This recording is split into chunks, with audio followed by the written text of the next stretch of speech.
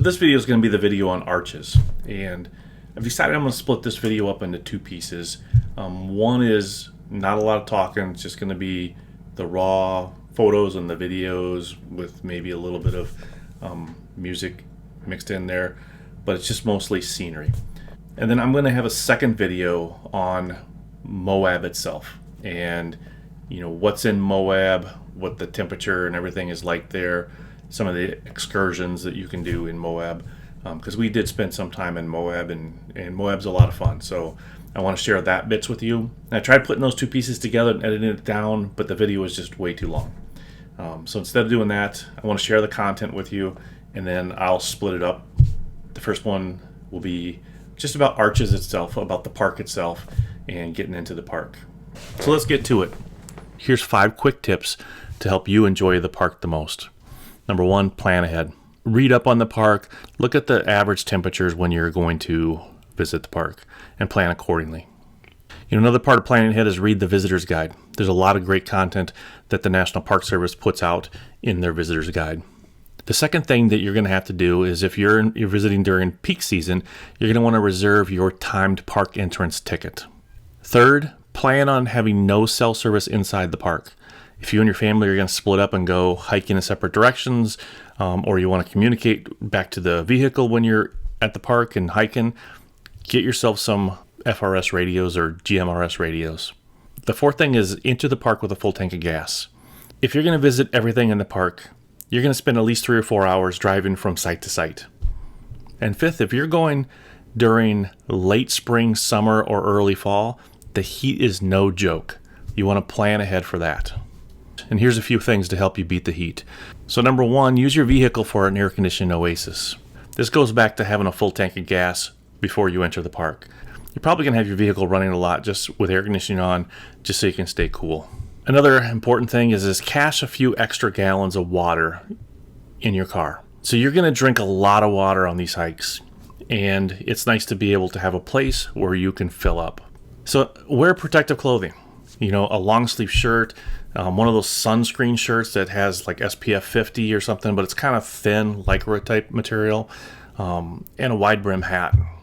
Plan your visit to the park either in early in the morning or late in the afternoon to kind of beat that mid-afternoon heat. Finally, stay in tune with your body. As you're hiking, be aware of what you're feeling, and if you feel like you're stressing your body past its capabilities, then there's no shame in turning around. Go back to your car. The real shame is when the park rangers have to come and rescue you and carry you out. So without any further ado, let's start sharing the photos and the videos. So between my wife and I, we took as many photos and videos as we could. My wife took a lot while I was driving. Unfortunately, there were a few hikes where I was just enjoying the moment with my kids, and to be honest, I didn't take any video. But I'm going to share what I took. And then I do have very fond memories of arches. I would love to go back there at some point, and I recommend that if you haven't seen arches, that you go see it. So I hope you enjoy the video.